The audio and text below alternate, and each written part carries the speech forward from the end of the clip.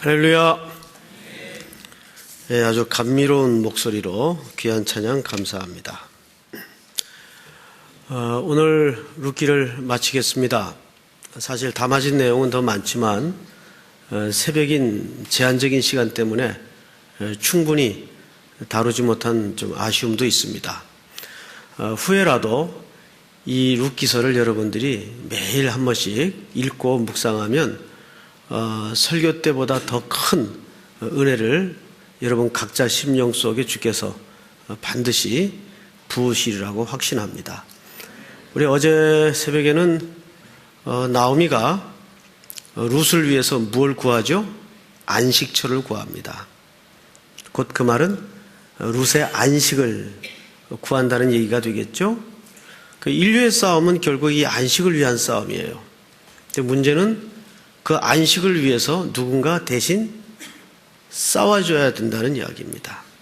그래서 룻이 평안히 쉬고 눕기 위해서 한밤중에 누가 일어나죠? 보아스가 일어납니다. 그 스토리를 접한 나오미는 그가 이 일이 성취되기까지 쉬지 않을 것이다. 하나님의 열심을 은연중에 계시하고 드러내는 것을 우리가 어제 새벽에 볼 수 있었습니다. 아담을 통해서 인류에겐 안식이 깨지죠. 하나님은 인류에게 최초로 주신 선물이 안식이었습니다. 근데 그 안식이 깨진 거예요. 그리고 하나님은 그 안식을 회복하기 위해서 예수 그리스도를 이 땅에 보내시고 안식의 주체자이신 그리스도를 통해 우리에게 오늘도 수고하고 무거운 짐진 자들아 다 내게로 오라. 내가 너희를 쉬게 하리라. 안식하게 하리라. 안식예로의 초대입니다. 오늘도 그 그리스도의 안식예로의 초대에 여러분들이 응답하는 복이 있기를 바랍니다. 자, 오늘은 그것을 조금 매듭짓는 차원에서 4장을 보겠는데요. 자, 1절을 한번 볼까요? 오늘은 기업의 이야기가 많이 등장을 하죠. 보아스가 성문으로 올라가서 거기에 앉아 있더니 마침 보아스가 말하던 기업 물을 자가 지나가는지라. 보아스가 그에게 이르되 아무개여 이리로 와서 앉으라 하니 그가 와서 앉음에 보아스가 그 성읍 장로 10명을 청하여 이르되 당신들은 여기 앉으라 하니 그들이 앉음에 보아스가 그 기업 물을 자에게 이르되 모압 지방에서 돌아온 나오미가 우리 형제 엘리멜렉의 소유지를 팔려 함으로. 4절을 한번 읽을까요? 시작.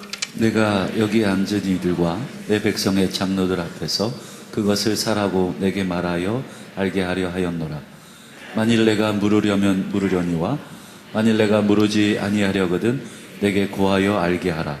내 다음은 나요 그 외에는 물을 자가 없느니라 하니 그가 이르되 내가 물으리라 하는지라.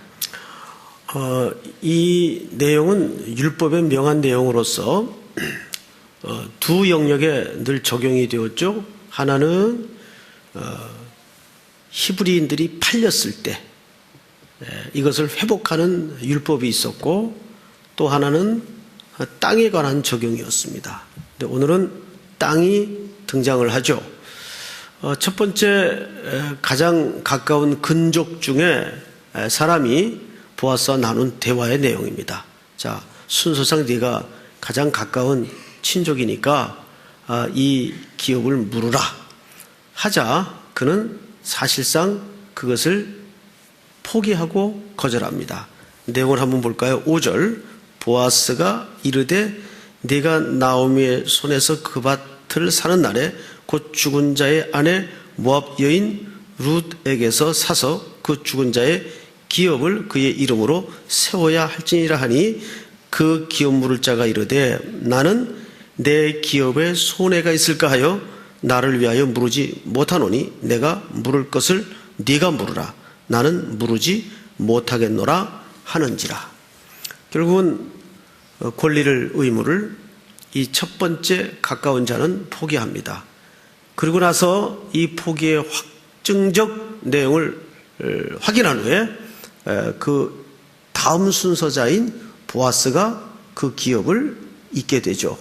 그리고 이 기업은 결국 하나님의 기업으로 확대 발전합니다. 자, 우리는 하나님이 이 기업을 어떻게 이어가는가를 조금은 성경 전반에 걸쳐서 새벽 시간이지만 들을 필요가 있습니다. 하나님은 야곱이라는 인물을 통해서 하나님의 기업을 만들어 가십니다. 원래 야곱이 사랑했던 아내는 라헬입니다. 자태도 아름답고 한눈에 야곱이 반했던 것 같아요. 그래서 그 아내를 얻기 위해서 7년을 열심히 수고합니다. 그런데 첫날밤을 치르고 아침을 맞았는데 뜻밖의 옆에는 다른 여자가 누워있는 것을 발견하게 되고 기겁을 하죠. 그 언니를 아버지가 들여보낸 겁니다. 그 언니는 성경의 표현대로라면 시력이 별로 좋지 못했던 조금 동생보다는 떨어지는 볼품의 여인이었던 것 같아요. 그래서 이참에 끼워서 팔지 않으면 안 되겠다는 마음이었나 봐요. 어쨌든 딸의 아버지가 언니를 대신 들여보냅니다. 어쩔 수 없이 야곱은 본의 아니게 그래서 7년을 더 수고한 끝에 두 아내를 거느리게 돼요. 이 두 아내를 통해서 경쟁이나 하듯이 12아들이 형성이 됩니다. 그리고 그 12아들은 이스라엘 공동체가 되고 이스라엘 공동체는 장차 하나님의 기업을 이어갈 공동체로서 성경 전체의 역사를 풀어갑니다. 그런데 12아들 중에 가장 혹독한 아픈 상처를 남겼던 아들이 루벤입니다. 루벤은 자기 서모와 통간하는 사건을 벌이죠. 그래서 아버지의 분노를 대단히 사죠. 이 루벤의 사건은 어쩌면 이스라엘의 가문을 부서뜨리고 회파할 수 있는 위기를 맞게 합니다. 또 두 번째 큰 사건은 유다 집안에 벌어졌던 사건이에요. 유다의 며느리 다말이라는 여인이 등장을 하는데 이 다말은 어쩌면 처지가 비슷하게도 룻과 똑같습니다. 아들을 잃고 남편을 잃고 또 유다에게는 아들을 잃는 사건이 벌어지죠. 그래서 결국 이 다말은 시아버지의 약속을 기다리다 못해서 시아버지를 속이게 됩니다. 창기로 변장을 해서 시아버지를 통해 씨를 생산하게 됩니다. 이렇게 이상한 오역의 역사가 야곱의 후손들에게 벌어져요. 이걸 종합해 보면 이런 거죠. 이 역사는 이상하게도 끊어질 듯 망가질 듯 이어질 듯 이어가는데 하나님은 그 오역의 역사와 치욕의 역사를 계속 뚫어내면서 하나님의 기업을 이어갑니다. 결정적으로 이것을 가능케 했던 인물이 누굽니까? 요셉입니다. 요셉은 몇 세의 꿈을 꿉니까? 17의 꿈을 꿉니다. 그런데 그 17이라는 히브리적 수치는 입이라는 뜻이 입. 또 다른 말로는 언어라고도 번역할 수가 있어요. 17이라는 숫자는. 그때부터 하나님께서 요셉에게 무엇을 주죠? 꿈을 줍니다. 그래서 그 꿈은 요셉이 꾼 꿈이라는 개념보다는 하나님이 넣어준 꿈, 하나님이 심어준 꿈이라는 표현이 정확합니다. 꿈을 통해서, 언어를 통해서 요셉에게 말씀하기 시작해요. 그리고 요셉은 그 꿈을 실현하는 것이 아니라 요셉 속에 하나님이 개입하셔서 그 꿈을 일관되게 밀어붙이고 성취해 나가죠. 그래서 하나님의 기업이 만들어집니다. 오늘 룻기는 축소판이에요. 우리가 성경을 보면 여기 뜻밖의 한 지명을 만날 수가 있습니다. 몇 절을 보시냐 하면 11절을 한번 볼까요? 11절 성문에 있는 모든 백성과 장로들이 이르되 우리가 증인이 되나니 여호와께서 내 집에 들어가는 여인으로 이스라엘의 집을 세운 라헬과 레아 두 사람과 같게 하시고 네가 에브랏에서 유력하고 베들레헴에서 유명하게 하시기를 원하며, 여기 에브랏이 등장을 하고 베들레헴이 등장을 해요. 이 지명이 여기에 등장하는 이유가 뭘까요? 우리가 베들레헴은 익숙한 지명인데 에브랏은 굉장히 낯선 지명이에요. 그런데 이 두 지명을 지금 동일선상에 성경 기조가 의도적으로 배치하고 있습니다. 에브랏과 베들레헴이 갖는 역학관계가 뭘까요? 여기에는 깊은 하나님의 일관된 의지를 천명한 사건입니다. 자, 그 대목을 우리가 창세기에서 한번 발견하고 오늘 이야기를 마저 풀어나가 보도록 하겠습니다. 48장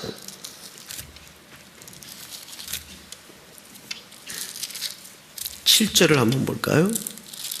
48장 7절 같이 한번 읽겠습니다. 48장 7절 다 같이 시작. 내게 대하여는 내가 이전에 밧단에서 올라올 때 라헬이 나를 따르는 도중 가나안 땅에서 죽었는데 그곳은 에브랏까지 길이 아직도 먼 곳이라 내가 거기서 그를 에브랏 길에 장사하였느니라. 에브랏은 곧 베들레헴이라. 자, 거기 보면 에브랏은 곧 뭡니까? 베들레헴이라. 여기 누가 장사되죠? 라헬이 장사됩니다. 라헬은 야곱이 가장 사랑했던 아내요. 그리고 이스라엘의 12지파를 실질적으로 생산해내고 기업을 세운 여인이에요.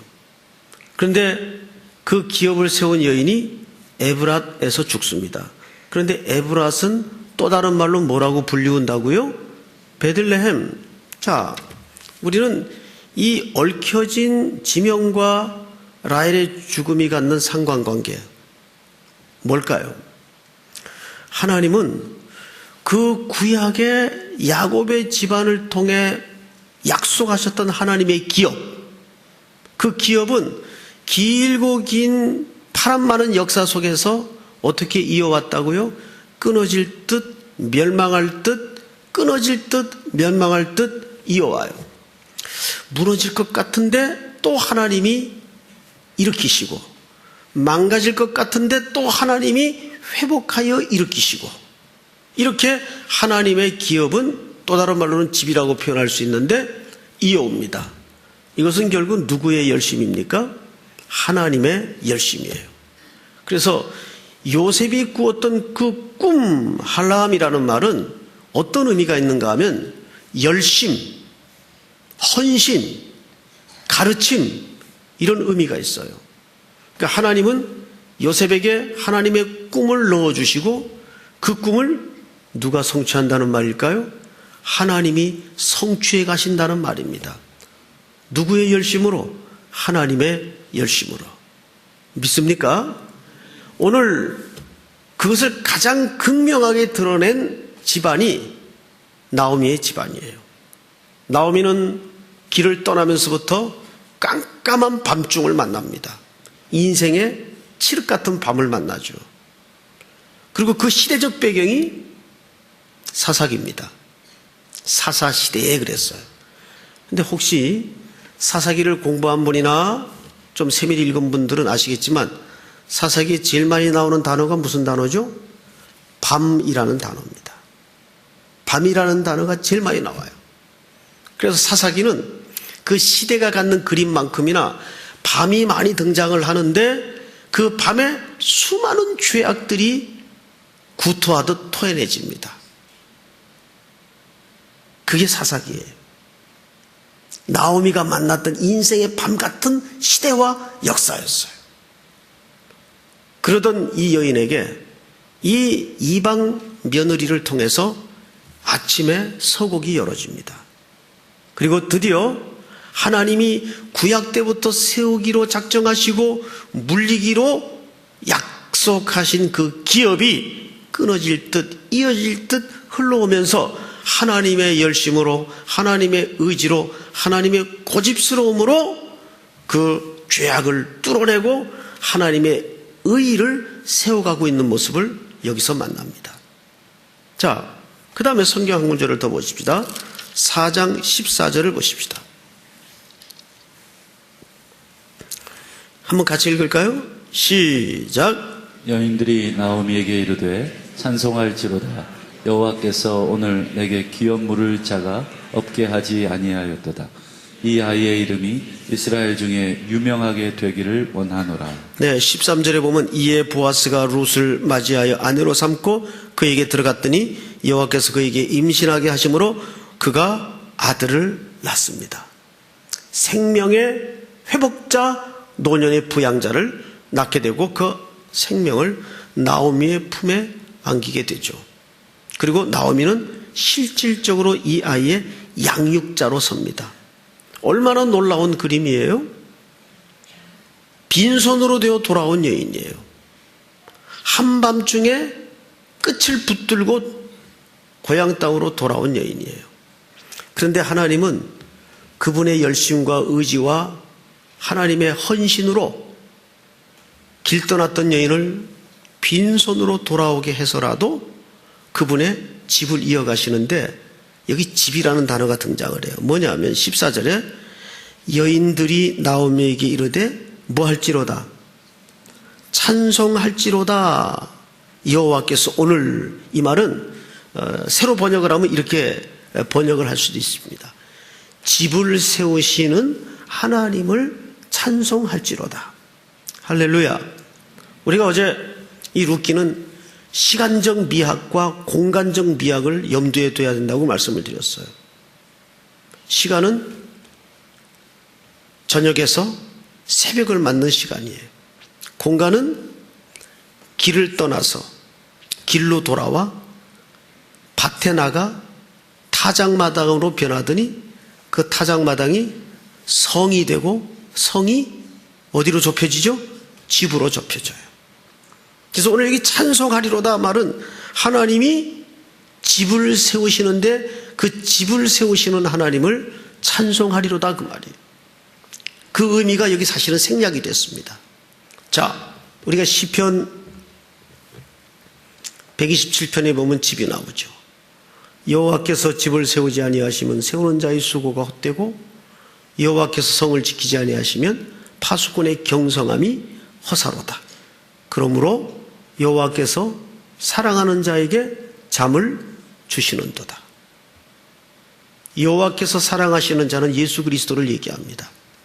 장차 오실 예수 그리스도의 잠, 죽음을 통해서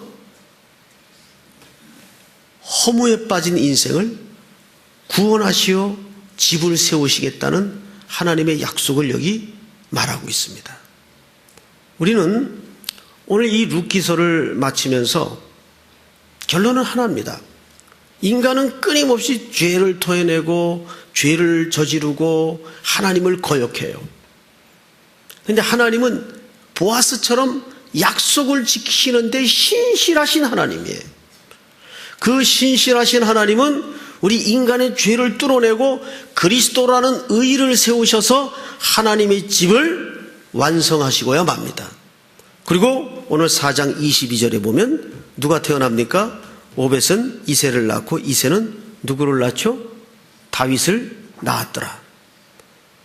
여러분 룻기 다음에 나오는 책이 뭡니까?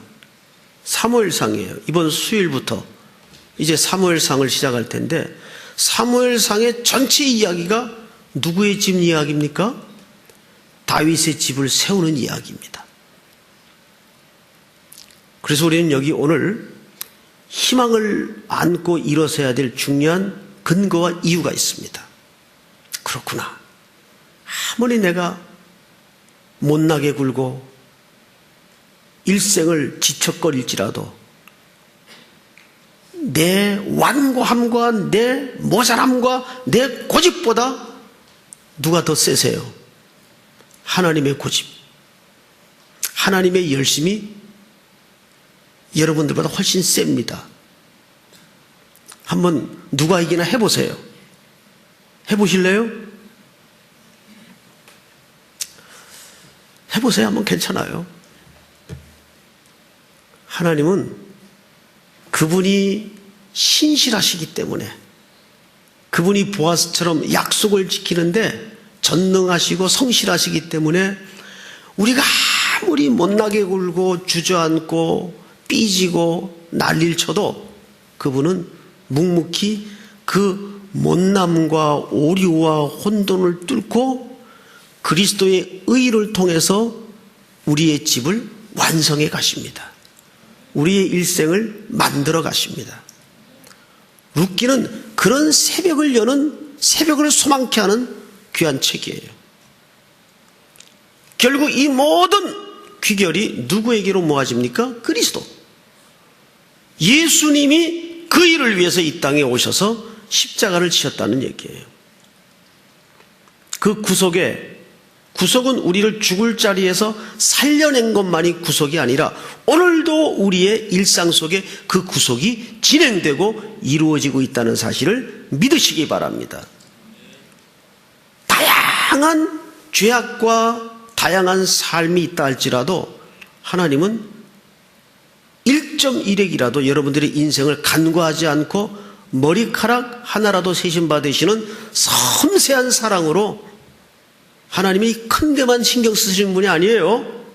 우리의 신음소리까지도 반응해 주시고 응답하시고 귀 기울이시고 우리를 끝까지 사랑하시되 끝까지 사랑하시는 분이십니다. 그것이 십자가에 걸린 하나님의 약속이에요. 믿습니까? 오늘도 이 말씀이 여러분 심령 속에 다시 한번 확인되고 하나님 앞에 소망을 두고 오늘도 우리의 모든 처절한 못남과 연약함을 그 십자가 안에 던지는 은혜가 있기를 주의 이름으로 축복합니다.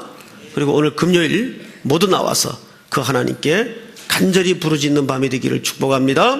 우리 기도합시다. 통성으로 기도합시다. 1장, 2장, 3장, 4장을 통해서 주신 말씀을 하나하나 상기하면서 기도합시다. 그렇습니다. 폐허가 되어버린 인생 속에 찾아오신 하나님의 열심, 하나님의 꿈, 하나님의 의지, 그리스도의 사랑 속에 우리가 있음을 믿으십시다. 그리고 밤을 만났습니까? 절망에 던져져 있습니까? 곤고합니까? 꿈을 잃어버렸습니까? 하나님의 꿈으로 부어지는 언약의 말씀을 붙잡고 다시 한번 여러분들이 일어서는 귀한 새벽이 되기를 축복합니다. 우리 이 시간 다 같이 한번 소리내서 통성으로 기도합니다. 거룩하신 아버지 하나님 은혜를 감사합니다.